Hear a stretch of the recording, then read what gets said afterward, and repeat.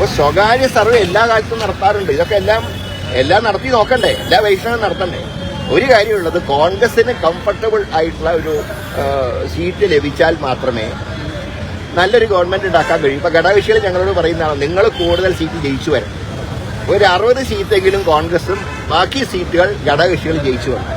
Comfortable മെജോറിറ്റിയിൽ UDF government ഉണ്ടാക്കാൻ കഴിയും. അതിനുള്ള എക്സസൈസ് വല്ലതും നടത്തുമ്പോൾ അതൊന്നും അച്ചടക്ക ലംഘനമാണെന്ന് ആരോ ചിലരൊക്കെ അടിച്ചു വിടുന്നുണ്ട്. അച്ചടക്ക ലംഘനവും അതുമായിട്ട് ഒരു ബന്ധവും അല്ല. അങ്ങനെ ആരും തള്ളി പറഞ്ഞിട്ടൊന്നുമില്ല. സർവേ നടത്തുന്നതിന് ആരും തള്ളി പറയുന്നു. അങ്ങനെ ഒരു ഏർപ്പാടില്ല, തള്ളി പറയേണ്ട ആവശ്യമില്ല. ഏതാ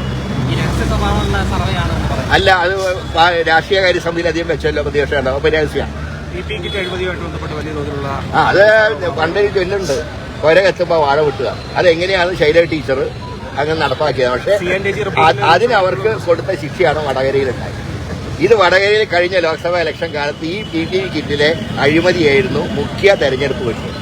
അതാണ് 1 ലക്ഷം വോട്ടിന് ടീച്ചർ തോൽക്കാനുള്ള മുഖ്യ കാരണം.